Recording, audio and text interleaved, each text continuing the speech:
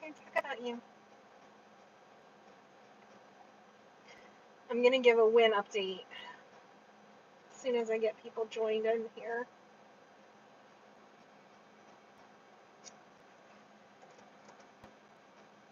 Yeah, baby.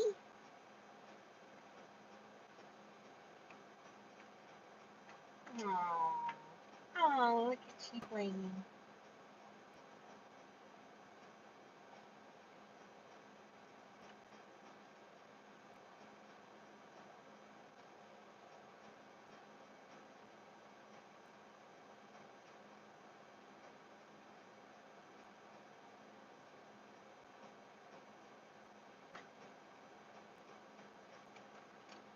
There we go. I see somebody join. Hi, Robin.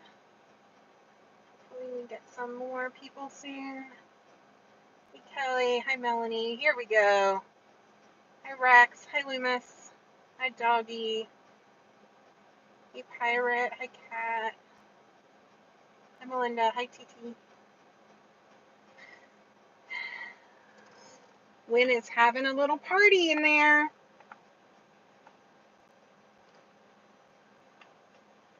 All right, so we just came from the vet. When I wanted her to get some x-rays and, oh, oops. I wanted her to get some x-rays and figure out, what's going on with her hind legs. We know that she's paralyzed. We know she's incontinent. But we needed some imaging to figure out, exactly what was going on. So it's very surprising and upsetting. I'm just gonna warn you guys. So a little bit of background on her. So she was her story as to like how she was found for the first and taken care of for the first 5 weeks of her life is mysterious. I don't know if we've gotten the full story. It seems like not totally clear, but we'll just say that for the first 5 weeks, it's unclear whether she was outside for a period of time, whether she was inside for a period of time. There was a claim that she was bitten by her mom cat, but I would say that, take it all with a grain of salt. What I know and are more sure about is about a week ago, the family who originally had her surrendered her to a rescuer, and they have been taking care of her for the last week. They brought her to the ER. They had her wound taken care of. They got her on antibiotics, that sort of thing. But the rescue that she was under did not have the finances for further diagnostics and further care. So they reached out to me, and that's when we took over Wynne's care. So, we know really only the last week of her life. Before that, it's really unknown what has happened to her. So that's kind of, a preface as to what's kind of going on as far as history goes with her. Oh my goodness, she's climbing out. Can you climb out? So she had her x-rays done, and shockingly, both of her back legs are severely fractured. I'm going to get the x-rays to share on social media, but they are very obviously broken. And her spine is crushed in a pretty long stretch of spinal cord.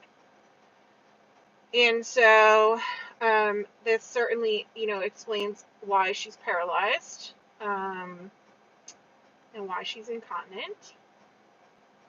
The vet said, there's no way this happened from a cat bite, and that it looks like she was hit by a car.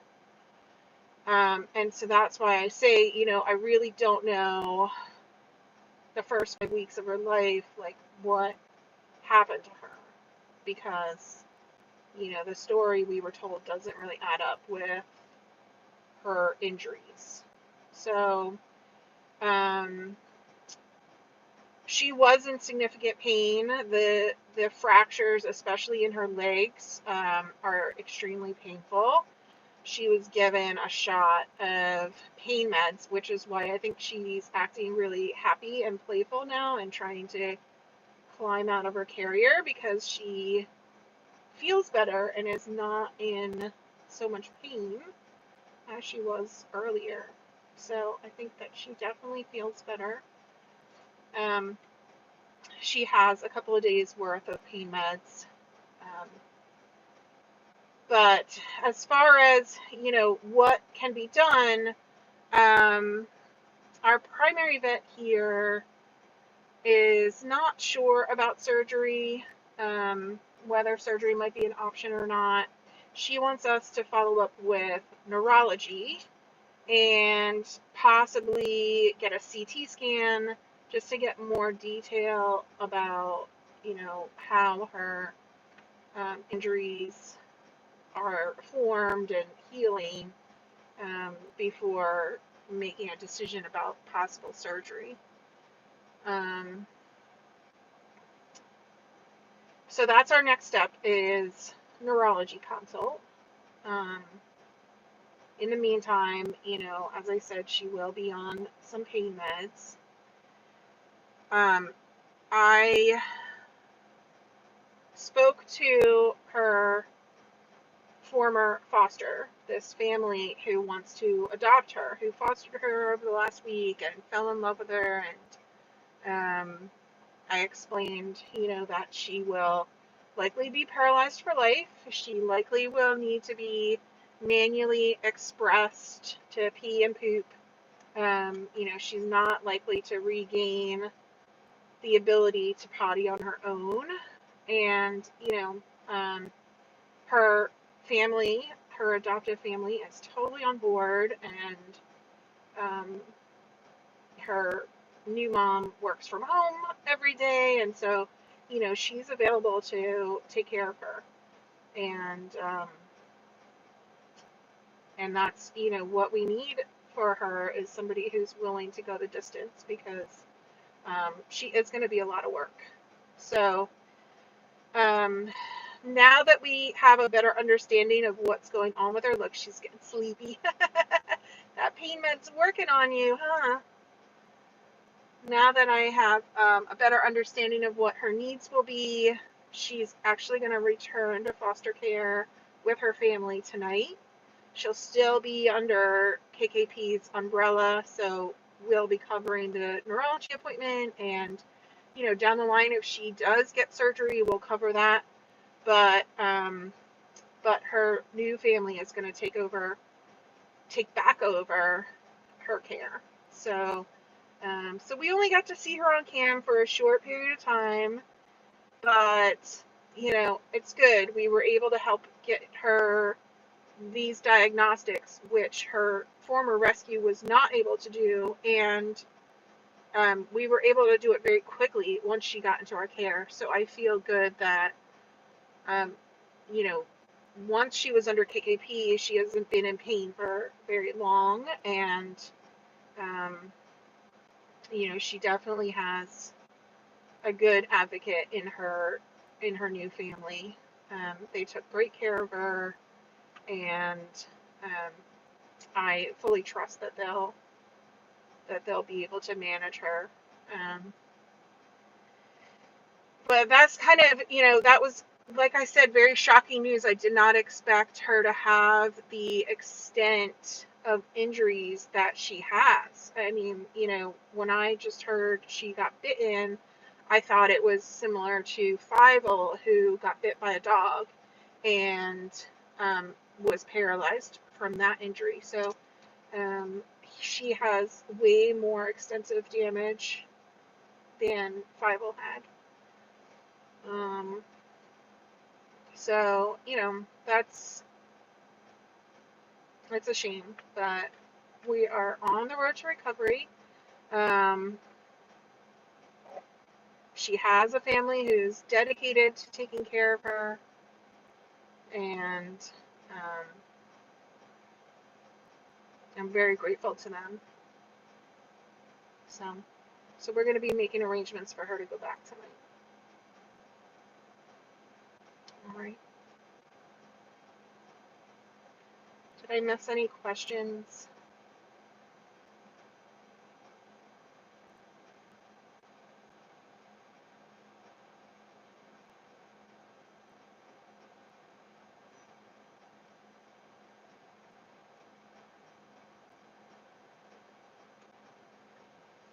We'll still do like, you know, a normal adoption with a suitcase and everything for her. But we'll probably end up doing that when we do the suitcases for the baby animals. You know, we'll probably include her in that. The new family is also lives in Woodbury. She's literally around the corner, so it's not a problem to get her a suitcase later. The way that the breaks are in her legs, I just don't see how splinting would do anything. There, it's not. Um, yeah, when you guys see these X-rays, you'll understand.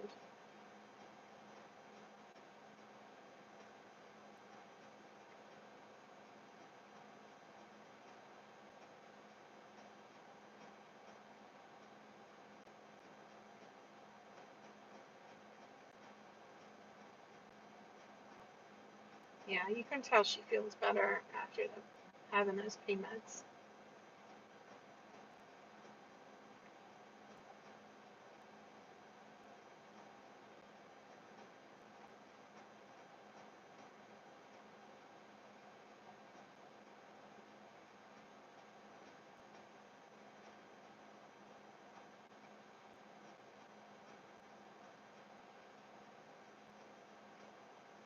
The next step is neurology consult. That's when they'll talk about, whether she has surgery or not, or what the next steps are.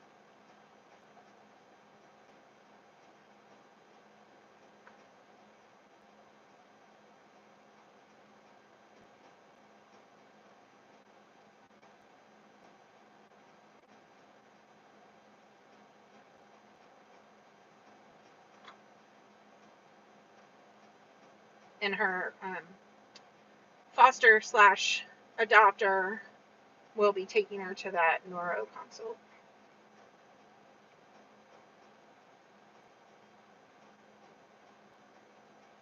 Yeah, Christine, I definitely agree that her meowing was probably likely to be in pain.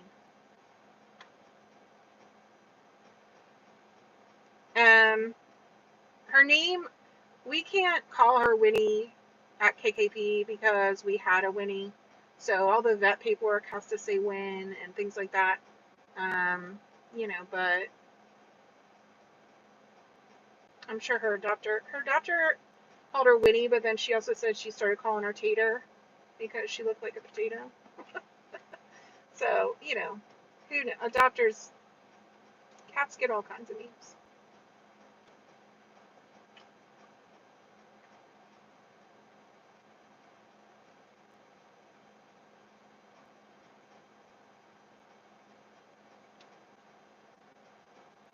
She definitely feels better now, though.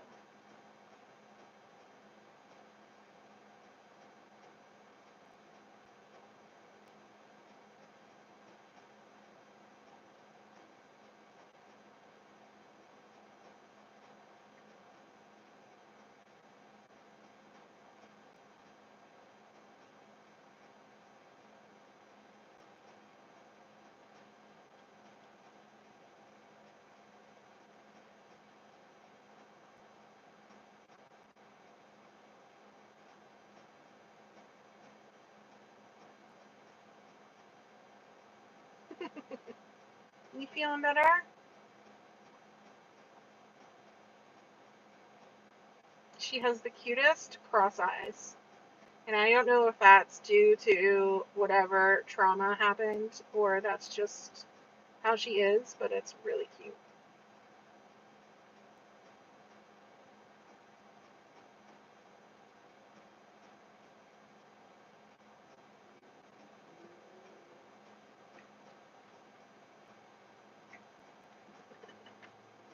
Let's not do that.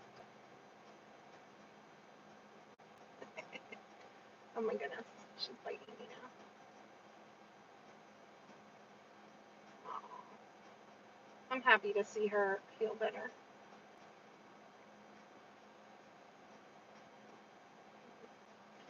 Alright guys, I'm going to get on the road. If you missed anything, definitely go back and watch. I covered quite a bit, and I am going to give a PAX update. I'm going to wait till I get home, though, to do that PAX update. Okay.